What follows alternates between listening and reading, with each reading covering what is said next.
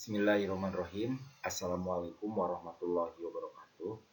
Selamat berjumpa kembali di mata kuliah kepramukaan.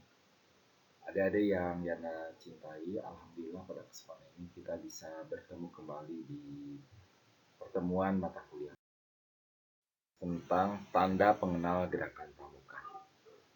Apa itu tanda pengenal gerakan pramuka? Tanda di sini yaitu akan memperlihatkan mana anggota pramuka dan mana yang bukan anggota pramuka. Tanda pengenal gerakan pramuka ada beberapa poin. Yang pertama yaitu tanda umum. Yang dimaksud dengan tanda umum adalah tanda yang dipakai umum semuanya, hampir sama, dari mulai Sabang sampai Merauke. Intinya bahwa tanda umum ini dipakai semuanya se-Indonesia sama. Apa saja sih yang termasuk kepada tanda umum? Nah, tanda umum baju pramuka sama.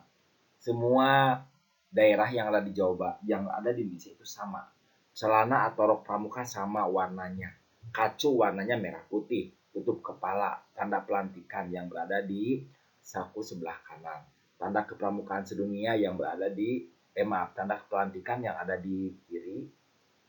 Kalau tanda kepramukaan sedunia yang ada di kanan. Itu sama ya. Jadi tanda umum. Yang kedua, tanda satuan. Tanda satuan itu tanda yang dipakai oleh satuan masing-masing. Ada yang dipakai oleh satuan gugus depan, ada kuartir anting, kuartir cabang, kuartir daerah, atau nasional. Jadi tanda satuan itu beda-beda. Apa saja yang beda-beda? Yang pertama tanda barung. Beda. Tanda barung itu ada barung merah, barung kuning, hijau. Itu beda-beda setiap gugus depan. Tanda regu ada mawar, itu untuk perempuan, ada melati, terus untuk laki-lakinya ada kijang, ada singa dan sebagainya, itu beda-beda. Tanda sangga juga sama yang dipakai oleh penegak, ada pendobrak, pencoba dan sebagainya, itu beda-beda. Tanda gudep, ada nomor gudup itu beda-beda, ada gugus depan SMP ini, SD ini beda-beda. Tanda kuarcap juga sama, ada kuartir cabang Sumedang, Cianjur, Garut dan sebagainya, itu beda-beda.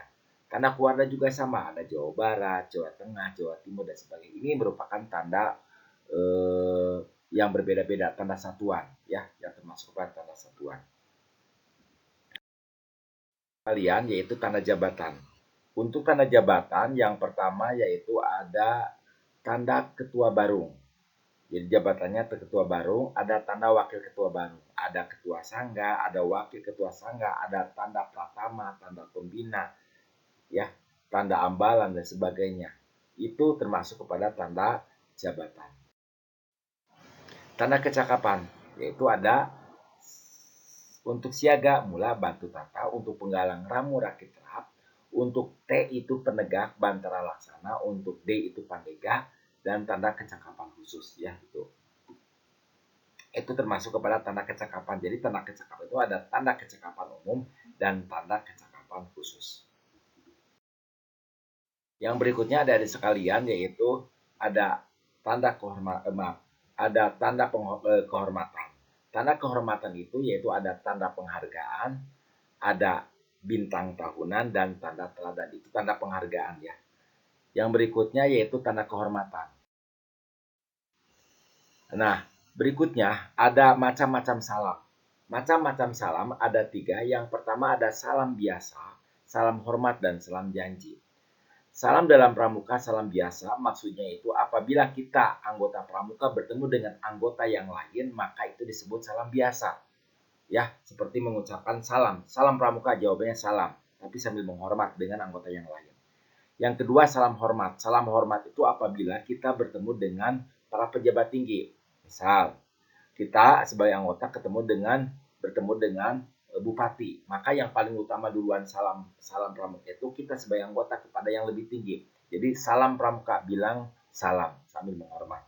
Yang ketiga yaitu salam janji. Yang dimaksud dengan salam janji di sini yaitu apabila kita mengadakan upacara pelantikan.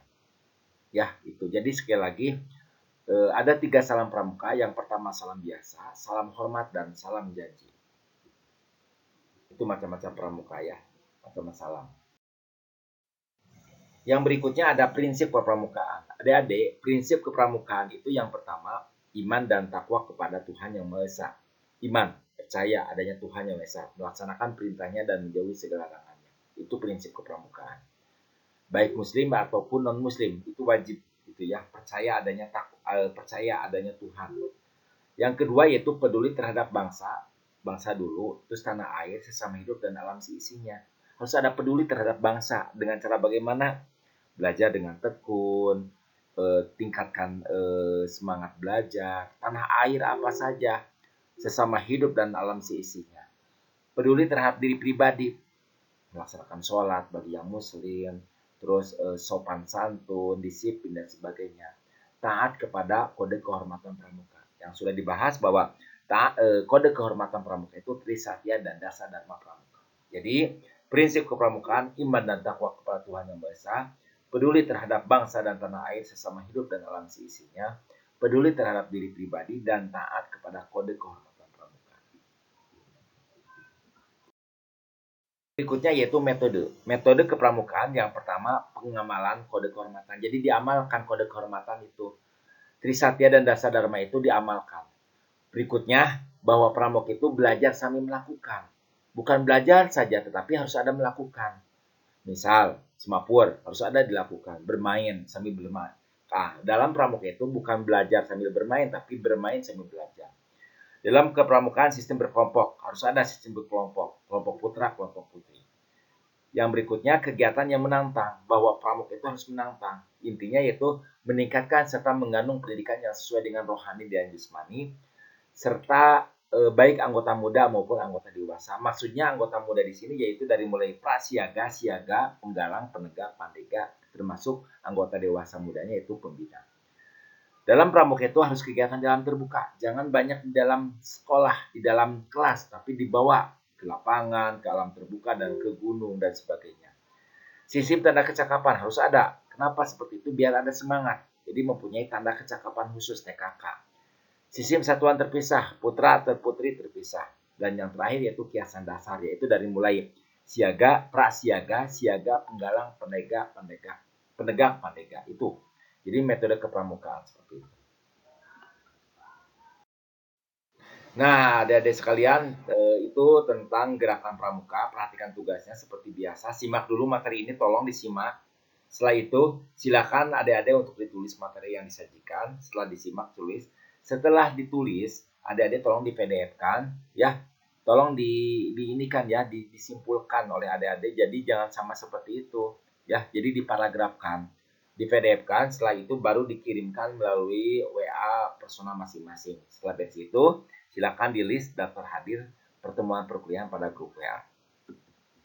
Tetap jaga dan semangat semuanya, jaga kondisi kesehatan. Jangan lupa informasikan kepada teman-teman adik-adik semuanya atau adik-adik semuanya. Pokoknya siapapun yang sekarang lagi SMA, SMK, MA kelas 3, ayo kuliah di STKIP 11 April Sumedang. Jadi sekali lagi ingat, jangan kuliah kemana saja, ke STKIP 11 April Sumedang.